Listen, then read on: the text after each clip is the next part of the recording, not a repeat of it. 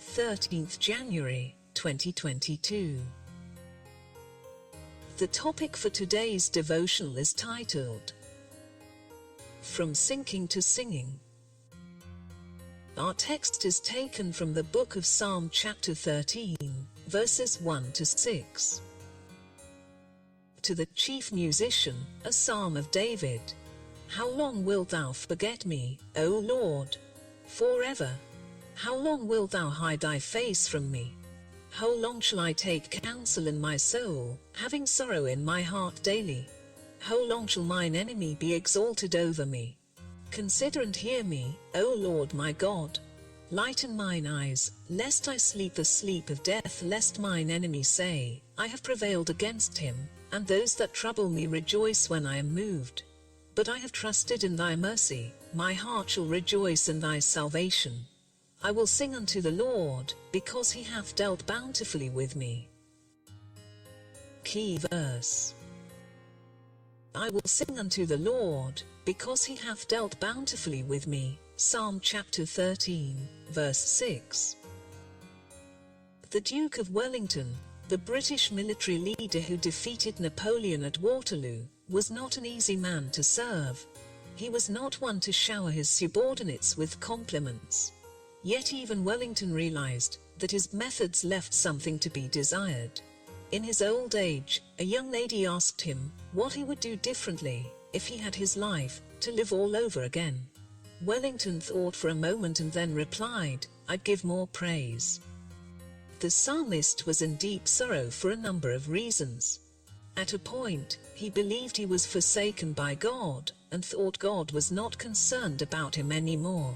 He equally complained about his enemies being exalted over him. After a while, he was finally able to see the brightness of tomorrow through the clouds of today. His heart rejoiced, and he soon began to sing and give praise to God. Obviously, David had had a fair share of troubles during his lifetime. The unprovoked jealousy from King Saul that greeted his killing of Goliath to free Israel from reproach was one concern. His consequent isolation in the wilderness and caves occasioned by the persecutions he faced was another. But through all these, David kept his faith and hope alive by singing songs of praise to the Lord. Singing and giving praise to God can be very helpful when dealing with adverse situations in life. It gives us joy and helps us retain our faith in times of our greatest worries and fears. No matter the adversity we face, we need to understand that it has a lifespan. As Wellington wished, we should switch from lamenting to singing and praising God. Thought for the day. Praising God opens new and brighter chapters. The Bible in 1 year is taken from the book of Matthew chapters 27 and 28. Matthew chapter 27. When the morning was come, all the chief priests and elders of the people took counsel against Jesus, to put him to death. And when they had bound him, they led him away, and delivered him to Pontius Pilate the governor. Then Judas, which had betrayed him, when he saw that he was condemned, repented himself, and brought again the 30 pieces of silver to the chief priests and elders, saying, I have sinned, in that I have betrayed the innocent blood. And they said, What is that to us? See thou to that. And he cast down the pieces of silver in the temple, and departed, and went and hanged himself. And the chief priests took the silver pieces, and said, It is not lawful for to put them into the treasury, because it is the price of blood. And they took counsel, and bought with them the potter's field, to bury strangers in. Wherefore that field was called, the field of blood, unto this day.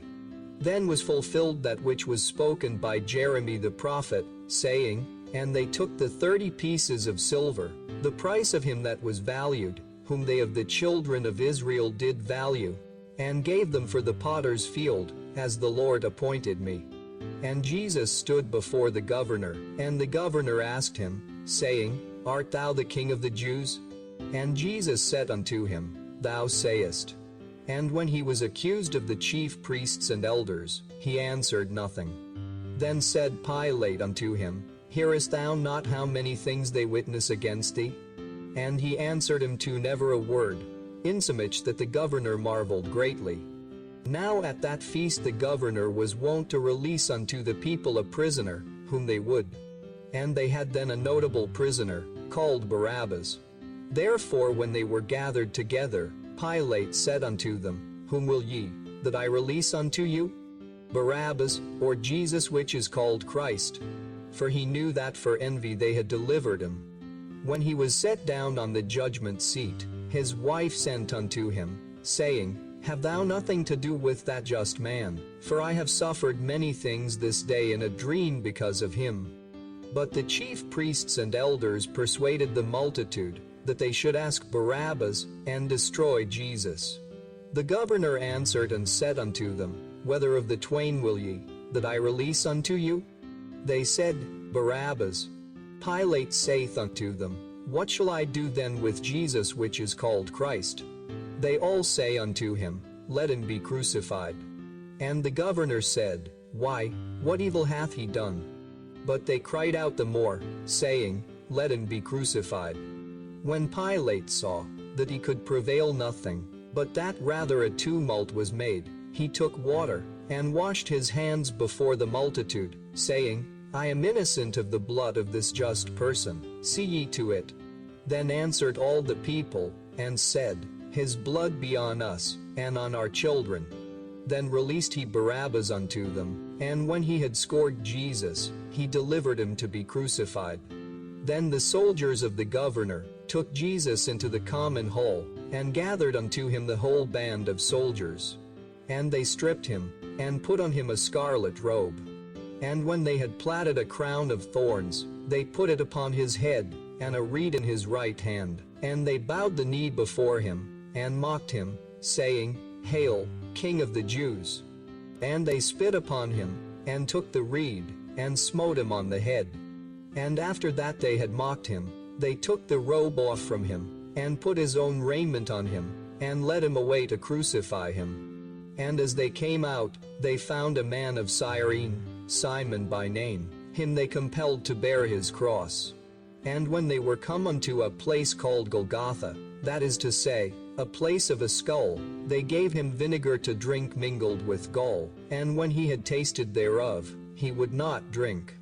And they crucified him, and parted his garments, casting lots, that it might be fulfilled which was spoken by the prophet, They parted my garments among them, and upon my vesture did they cast lots. And sitting down they watched him there, and set up over his head his accusation written, This is Jesus the King of the Jews. Then were there two thieves crucified with him, one on the right hand, and another on the left. And they that passed by reviled him, wagging their heads, and saying, Thou that destroyest a temple, and buildest it in 3 days, save thyself. If thou be the Son of God, come down from the cross. Likewise also the chief priests mocking him, with the scribes and elders, said, He saved others, himself he cannot save. If he be the King of Israel, let him now come down from the cross, and we will believe him. He trusted in God, let him deliver him now, if he will have him, for he said, I am the Son of God. The thieves also, which were crucified with him, cast the same in his teeth. Now from the 6th hour there was darkness over all the land unto the 9th hour. And about the 9th hour Jesus cried with a loud voice, saying, Eli, Eli, lama sabachthani? That is to say, my God, why hast thou forsaken me? Some of them that stood there, when they heard that, said, This man calleth for Elias. And straightway one of them ran, and took a sponge, and filled it with vinegar, and put it on a reed, and gave him to drink. The rest said, Let be, let us see, whether Elias will come to save him. Jesus, when he had cried again with a loud voice, yielded up the ghost. And, behold, the veil of the temple was rent in twain from the top to the bottom, and the earth did quake, and the rocks rent, and the graves were opened, and many bodies of the saints which slept arose, and came out of the graves after his resurrection, and went into the holy city, and appeared unto many.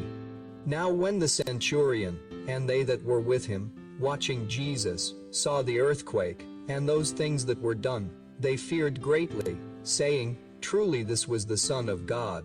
And many women were there beholding afar off, which followed Jesus from Galilee, ministering unto him, among which was Mary Magdalene, and Mary the mother of James and Joses, and the mother of Zebedee's children. When the even was come, there came a rich man of Arimathea, named Joseph, who also himself was Jesus' disciple. He went to Pilate, and begged the body of Jesus. Then Pilate commanded the body to be delivered. And when Joseph had taken the body, he wrapped it in a clean linen cloth, and laid it in his own new tomb, which he had hewn out in the rock. And he rolled a great stone to the door of the sepulchre, and departed. And there was Mary Magdalene, and the other Mary, sitting over against the sepulchre. Now the next day, that followed the day of the preparation, the chief priests and Pharisees came together unto Pilate, saying, Sir, we remember that deceiver said, while he was yet alive, After 3 days I will rise again. Command therefore that the sepulchre be made sure until the 3rd day, lest his disciples come by night, and steal him away, and say unto the people, He is risen from the dead, so the last error shall be worse than the first. Pilate said unto them, Ye have a watch, go your way, make it as sure as ye can. So they went, and made the sepulchre sure, sealing the stone, and setting a watch. Matthew chapter 28. In the end of the Sabbath, as it began to dawn toward the 1st day of the week, came Mary Magdalene and the other Mary to see the sepulchre. And, behold, there was a great earthquake, for the angel of the Lord descended from heaven, and came and rolled back the stone from the door, and sat upon it. His countenance was like lightning, and his raiment white as snow, and for fear of him the keepers did shake, and became as dead men. And the angel answered and said unto the women, Fear not ye, for I know that ye seek Jesus, which was crucified. He is not here, for he is risen, as he said. Come, see the place where the Lord lay. And go quickly, and tell his disciples, that he is risen from the dead, and, behold, he goeth before you into Galilee. There shall ye see him. Lo, I have told you. And they departed quickly from the sepulchre with fear and great joy, and did run to bring his disciples word. And as they went to tell his disciples, behold, Jesus met them, saying, All hail. And they came and held him by the feet, and worshipped him. Then said Jesus unto them, Be not afraid, go tell my brethren, that they go into Galilee, and there shall they see me. Now when they were going, behold, some of the watch came into the city, and shewed unto the chief priests all the things that were done.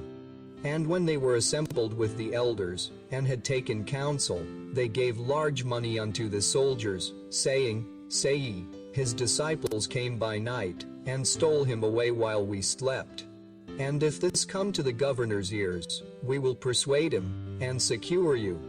So they took the money, and did as they were taught, and this saying is commonly reported among the Jews until this day. Then the 11 disciples went away into Galilee, into a mountain where Jesus had appointed them. And when they saw him, they worshipped him, but some doubted. And Jesus came, and spake unto them, saying, All power is given unto me in heaven and in earth. Go ye therefore, and teach all nations, baptizing them in the name of the Father, and of the Son, and of the Holy Ghost, teaching them to observe all things whatsoever I have commanded you. And, lo, I am with you alway, even unto the end of the world. Amen.